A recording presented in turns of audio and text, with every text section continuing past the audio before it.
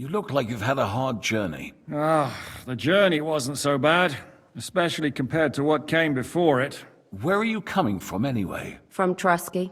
That's Sir Otto von Burgo's domain. What were you doing there, pray tell? We were in a castle cellar, talking to an old acquaintance. My God, how did that happen? Simple. I'm in the service of Lord Sokol of Lamberg, same as Dry Devil. And I had a job to do around Trusky, if you get my meaning. Absolutely. But it wasn't much of a success, was it? Actually, it was pretty much.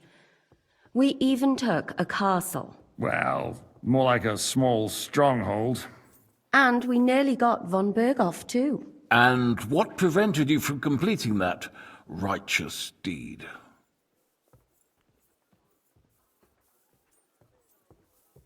Actually, it's a little bit my fault. What are you saying, boy? Me and my lords were sent to negotiate an alliance with von Berghoff. But that snake was using us the whole time to do his dirty work. He pretended he was willing to cross over to the side of Wenceslas. But instead, he sent us to fight against the king's allies. And if that wasn't enough, von Orlitz and the Prague militia joined with him. But why would the Praguers send forces to Trusky? Ah, but they didn't, sir. They weren't sent to Trusky, but here. They just stopped off to visit von Berghoff because he was in a tight situation, and they took him along with them. Here? To my fortress? Christ almighty. Not just here, but everywhere where King Wenceslas still has supporters. And that's also one of the reasons why we're here. We came to warn you. It seems Sigismund's run out of patience. He's going to break the truce and finish off the rebellion while he still has time. So he's convened all his followers in Kuttenberg with von Berghoff and von Orlitz in the lead. It's just a matter of time before the battles begin. We've got to secure the fortress quickly, stock up on supplies, reinforce the guard and drill the troops. But I'm grateful to you, friends. Wait here. I'll have the best wine I have brought to you. Bring that red from Burgundy right away. You might want to save some for Jobst. I'll gladly risk his displeasure for this occasion. It seems we both have the same opinion of Jobst, eh? Well, that is, I wouldn't dream of disrespecting the Margrave. Where do you know him from? I don't really know him as such. We merely know each other due to my original trade. Yes, I've heard of you. They say you used to be, well... Yes, a bandit. It's no secret, sir. King Wenceslas even put a price on my head once. And Catherine here, she... I'm sure that's of no interest to the noble gentleman. And anyway, if anyone knows Jobst well, it's Henry here. You two are quite on friendly terms, aren't you? Well, we only met once, in fact. When he came to see Lord Hanush in Rattay. Anyway, we're straying a little from the point. As I said, one of the reasons we came here is to warn you. And the other reason goes by the name of Hinek, the Dry Devil. Where is he? Well, he was here for a while, at my invitation. Was here? So he's gone? Where did he go? I couldn't say. He didn't part quite on the best of terms. That's quite normal for him. Don't take it to heart, sir. I had no issue with him. It's more about Margrave Jobst. When he met Hinek, he was somewhat disturbed. Disturbed? Why? Well, let's say, after an exchange of opinions, they agreed it would be best if they saw as little of each other as possible. I'm sure if you're interested in the details, the Margrave will explain it to you himself. I'd be very surprised.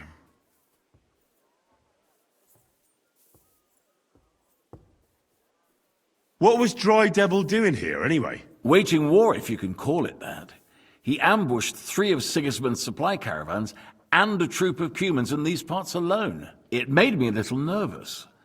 If anyone found out he was hiding out here, in the end, it was Jobst himself who sorted it out.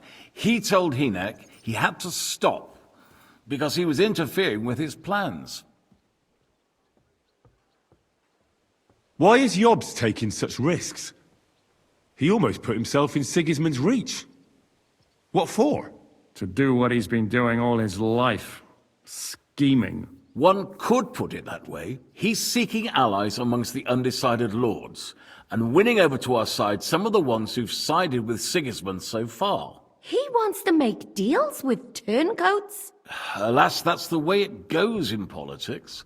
The majority lean towards the side where they expect the least problems. Just between us, I'm not too pleased myself about Jobst's strategy, and I'm the last one who'd wish for violence.